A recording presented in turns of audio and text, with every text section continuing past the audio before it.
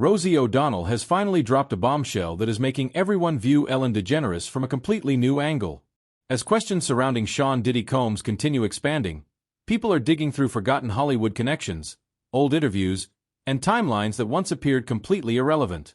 Now, Ellen's unexpected departure from the United States, the sudden conclusion of her famous show, and everything that happened afterward are being examined under a different spotlight. Just months after the show's ending, Ellen's executive producer, Stephen Twitchboss, passed away after authorities ruled his death a suicide. Shortly before that, Ellen's former partner and Hetchy died following a devastating car accident.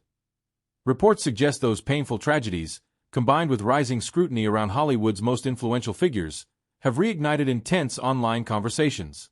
Some critics claim mysteries remain unresolved, while others Ellen DeGeneres once appeared completely unstoppable, with a friendship Hollywood thought would last forever. Back in 1996, Ellen chose Rosie's show for a career-defining moment that fans still remember. Today, they hardly exchange words. Now, Rosie is finally revealing what she believes drove them apart and why she slowly vanished from Ellen's inner circle. One shocking detail still makes people raise eyebrows. Despite the Ellen DeGeneres show running over 20 years, Rosie never received a single invitation. Then the entire situation exploded, and in May 2022, Ellen's television empire collapsed after former employees accused the show of a toxic workplace and staff mistreatment. The program ended shortly afterward. Ellen's former partner, and Hetchy, tragically died after a horrific car crash. Before that year ended, executive producer Stephen Twitchboss was found dead, with authorities ruling his death a suicide. Suddenly, even more questions started swirling online, leaving many viewers wondering what secrets Hollywood spotlight had been hiding inside. Speaking out about reports of workplace mistreatment in a letter to her staff. The talk show host shared her initial reaction to the allegations from current and former employees and revealed what actions are being taken to improve company culture. Ellen said she was disappointed to learn about the claims in a recent BuzzFeed article, citing the show's enormous growth over the years and her increased reliance on people to do their jobs as they knew I'd want them done. She went on to acknowledge that clearly some didn't. I don't think you achieve anything by bullying people. In a statement to ET, Warner Brothers, the studio behind Ellen's show, claims they have interviewed dozens of current and former employees in the wake of these allegations. They say that during their investigation, it was revealed that there were some deficiencies related to the show's day-to-day management. And that moving forward, the studio and Ellen are committed to creating a workplace based on respect and inclusion. I stay grateful and I try to stay humble, and I think that I pay attention to what is important and what is real.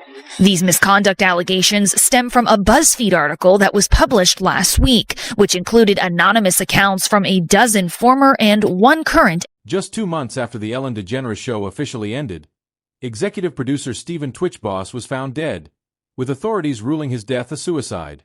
He reportedly left behind a note as well. Although the full contents have never been publicly verified, some commentators and online observers claimed it raised serious questions and sparked speculation about the pressures he may have faced behind closed doors. Those theories, however, remain unconfirmed. Later, Twitch's wife also revealed that he had been dealing with a tremendous amount of stress connected to his professional life. People close to him suggested that emotional struggles may have played a role in the heartbreaking tragedy. But for many watching from afar, the questions surrounding that moment were only starting to grow. More tonight about the tragic side of Stephen Twitchboss and the detailed steps he took to hide his plans. TMZ is reporting when Twitch left his home the day before he took an Uber to a motel about a mile away. At the motel, he switched his phone to airplane mode so no one could reach him. The motel manager says he checked in under his own name and never left his room. We also now know that Twitch left a suicide note. Details have not been made public, but TMZ reports the note alluded to challenges Twitch had faced in the past. Entertainer Tyler Perry knows firsthand what that is like. I want to take you back to a time in my life where I tried to commit suicide a couple of times because it was so dark. I thought the only way to make this better, this pain go away, is to end my life. Had any of those attempts happened, I would have missed the best. As public curiosity exploded, another theory slowly started making waves throughout Hollywood. Some insiders alleged that Stephen Twitch boss may have known things happening behind the scenes that were never supposed to reach the public, creating even more speculation after his passing. Before his death, Allison Holker revealed that Twitch had left behind a note. According to people close to the situation, he had been facing intense pressure connected to his professional life. That detail alone was enough to keep the internet buzzing with difficult questions.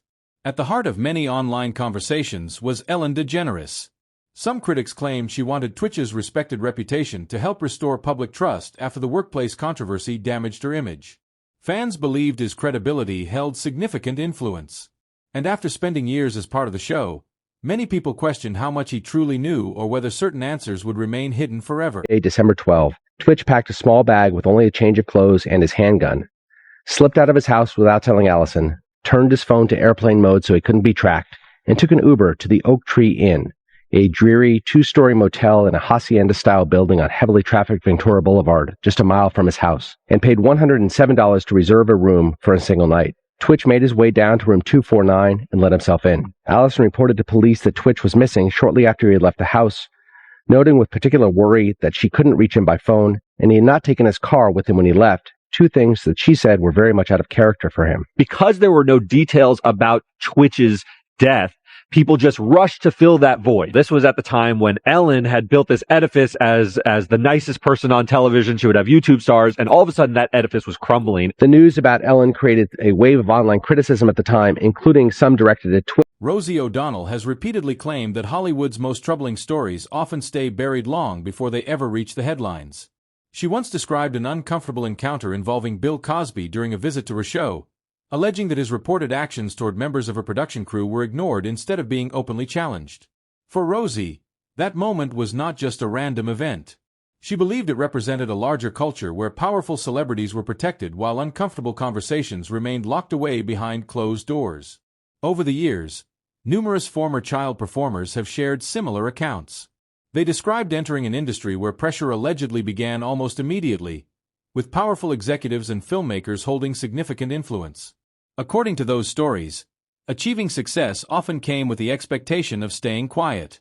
And that very belief is why countless old Hollywood controversies continue resurfacing under a new spotlight today. Hollywood managers who manage kids, it's a racket, man. Did you hear that kid from Strange? Grooming these kids, dude. That kid from Strange Things, Stranger Things. Yeah. He just left his manager, and they're alleging sex abuse. They just left their agent. See if you can find that. Owen Benjamin, the curly-haired kid. Oh yeah, Owen Benjamin just put it on his Instagram today because Owen has been taking a lot of heat online because he said that a 3-year-old kid shouldn't be fucking transgender, and people giving him a hard time saying he's a bigot. Like, are you out of your fucking mind?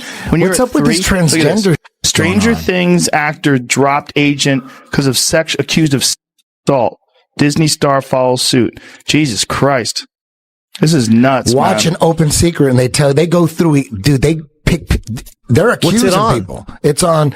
One famous name always enters the conversation whenever Hollywood's treatment of young stars comes under the microscope: Justin Bieber. His past connection with Sean Diddy Combs has been repeatedly revisited as broader discussions about the entertainment world continue gaining attention.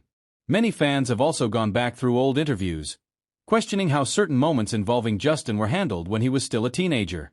One particular clip from the Ellen DeGeneres show keeps resurfacing again and again. Critics claim Ellen seemed to brush off a situation involving Justin's personal privacy rather than acknowledging how uncomfortable the attention had become. For many viewers, that interview now appears completely different, especially as older Hollywood moments continue returning to the spotlight with a fresh wave of public scrutiny. Another detail that keeps adding fuel to the public conversation is the surprising number of times Sean Diddy Combs appeared on the Ellen DeGeneres show. Throughout the years, he became one of the program's most familiar celebrity guests, showing up on the show repeatedly. Ellen also made on-air remarks suggesting she knew about stories connected to Diddy's well-known parties, comments that many viewers later revisited after allegations against him captured widespread attention. Around that same time, Ellen revealed she was leaving the United States and moving to the United Kingdom with her wife. Since the relocation came after the intense public attention surrounding Diddy in 2024, some online commentators began questioning the timing. Whether the two situations were actually connected or simply happened by coincidence, The overlap only created more speculation and kept both names at the center of ongoing discussion. Ellen DeGeneres' move to the United Kingdom may have gone largely unnoticed, but for some observers, the timing, her noticeably changed public presence, and her decision to step almost completely away from the spotlight became part of a much bigger discussion. Then, just when many people assumed she had quietly left public life behind, Ellen hinted that she might be considering a comeback. That announcement instantly grabbed attention. Online commentators were especially quick to highlight that it appeared around the same period when renewed headlines involving Sean Diddy Combs were dominating the news cycle, creating even more speculation about the timing. Whether that overlap meant something significant or was simply a coincidence, it added another layer to an already intense public conversation.